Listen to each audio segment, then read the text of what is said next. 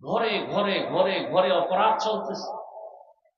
মা অপরাধ করে, বাবা অপরাধ করে, ছেলে মেয়ে অপরাধ, ঘরের মধ্যে সারা রাত মোবাইলে জেনা করে, জেনা, চোখের জেনা, কানের জেনা, জবানের জেনা, অন্তরের জেনা, সারাটা রাত ঘরে ঘরে চলতেছে।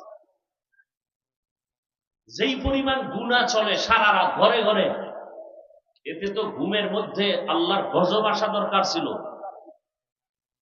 সেই পরিমাণ আসে না কেন? একমাত্র রহমাতুল লিল আলামিনের উম্মত হওয়ার কারণে আসে না। কিন্তু কপাল খারাপ, চিনলাম না সে রহমতের নবীকে।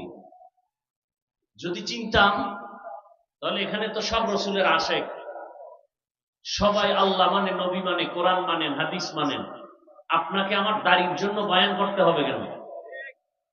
টুপি মাথায় দেওয়ার জন্য আপনাকে নতুন করে বয়ান দিতে হবে কেন?